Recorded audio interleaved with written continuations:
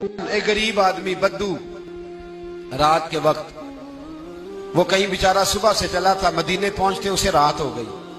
उसने डरते हुए ना खैमा ही बाहर लगा लिया। जहां रात हुई ना, आधी रात हो गई, 1-2 बजे समझ ले पहुंचा मदीने, तो उसने बाहर ने खैमा लगा लिया।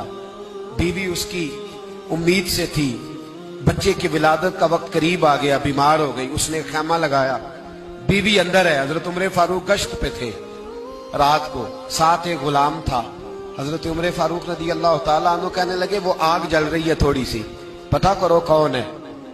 तो आपका गुलाम पता करने गया तो बद्दू ने डांट दिया, कहने लगे जाओ तुम्हें क्यों बताऊं। हजरत उमर खुद गए, कहने लगे मुसाफिर भाई बता तो सही। कहने लगा जी छोड़े, मैं आपको क्यों बताऊं, मैं कौन हूं, कैसे आया हूं। फरमाया खैमे के अंदर से कराहने की आवाज आती, कोई दर्द से चीख रहा है, बता हमें बात क्या है। कहने लगा जी मैं फलां बस्ती फलां इलाके का एक गरीब हूं, अमीरुल मोमिनीन उमर फारूक से मिलने आया हूं और रात हो गई है तो यहाँ खैमा लगाया है, सुबह मैं उनसे मिल के चला जाऊंगा।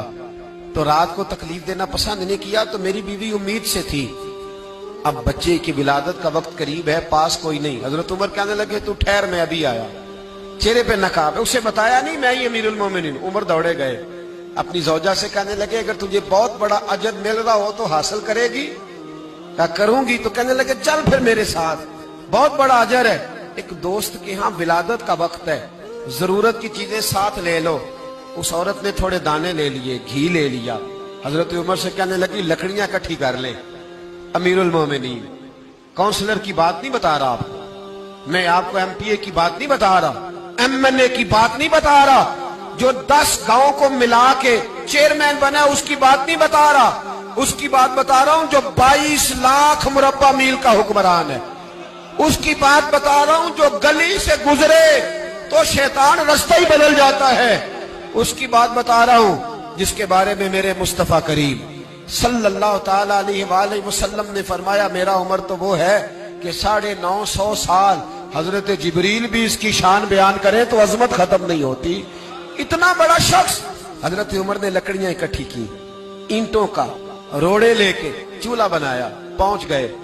आपकी जौजा कहने लगी ये थोड़े दाने डालने, घी डालने और एक लकड़ी लेके इसको हिलाएं, तैयार करें। खुद जौजा अंदर चली गई, हजरत उमर बाहर पकाने लगे।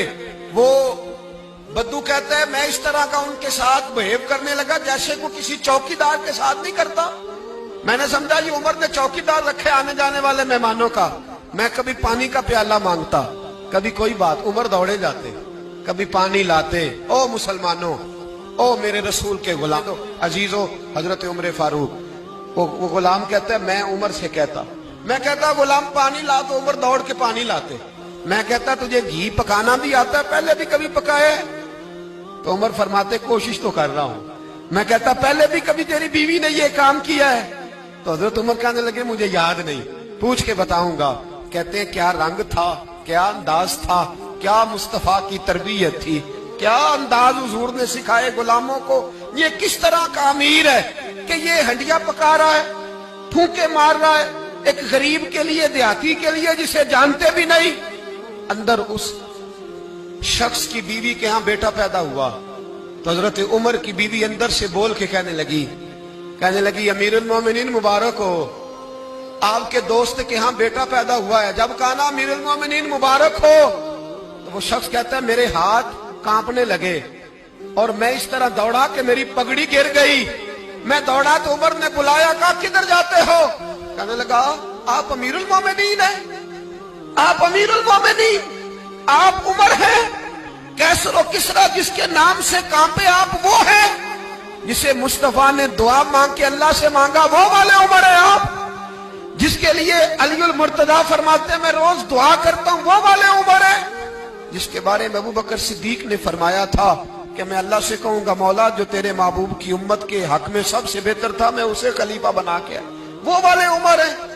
उमर अमीरुल मोमिनीन की बीवी वो तो खातून अव्वल होती है, वो तो मलका होती है, और तेरी बीवी दाई बनकर एक गरीब के बच्चे के पास बैठी रही विलादत के वक्त। उमर अमीरुल मोमिनीन होके तेरी दाढ़ी सारी धुएं से भर गई तो ड्यूटी करता रहा।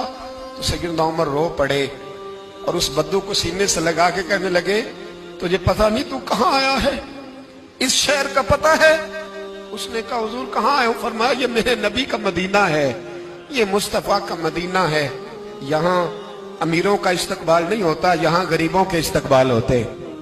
یہاں حضور نے اس اسٹیٹ پہ میرے رسول پاک نے وہ والا رنگ دیا ہے کہ اب غریب سر اٹھا کے جینے لگے ہیں، اب مزدوروں کو عزتیں ملنے لگی ہیں، اب یتیموں نے سر اٹھا لیا ہے۔